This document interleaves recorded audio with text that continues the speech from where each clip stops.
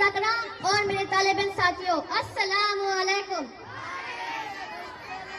صدر ذیشان، میں جب تاریخ کا مطالعہ کرتی ہوں تو خود کو کئی برس پیچھے محسوس کر کے میں دیکھتی ہوں جناب صدر، میں دیکھتی ہوں کہ عزم و یقین کی تصویر، شہیدوں کے لہو سے لکھی گئی تحریر، قید کی انتھک محنت کی تصویر، اقبال کے خواب کی تعبیر، میرا پاکستان لہو لہان جب ظلم و جبر کے شکنجوں کو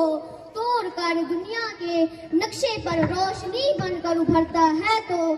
دشمن جل کر کہتے ہیں کہ چند ماہ و سال سے زیادہ جنم نہ پائے گا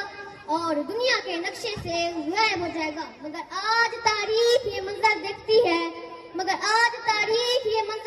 ہے کہ اللہ کے فضل و کرم سے نہ صرف ہم قائم مدام ہیں بلکہ ہم نے اپنی جد و جہد جاری رکھی ہوئی ہے۔ تعلیم کی ضیاء سے چراغاں کریں گے ہم، تعلیم کی ضیاء سے چراغاں کریں گے ہم، اے ارض پاک تجھ کو روشن کریں گے ہم، پیدا کریں گے قوم میں شبیر سے جری، باطل کو اس طرف سے بھگائیں گے ہم۔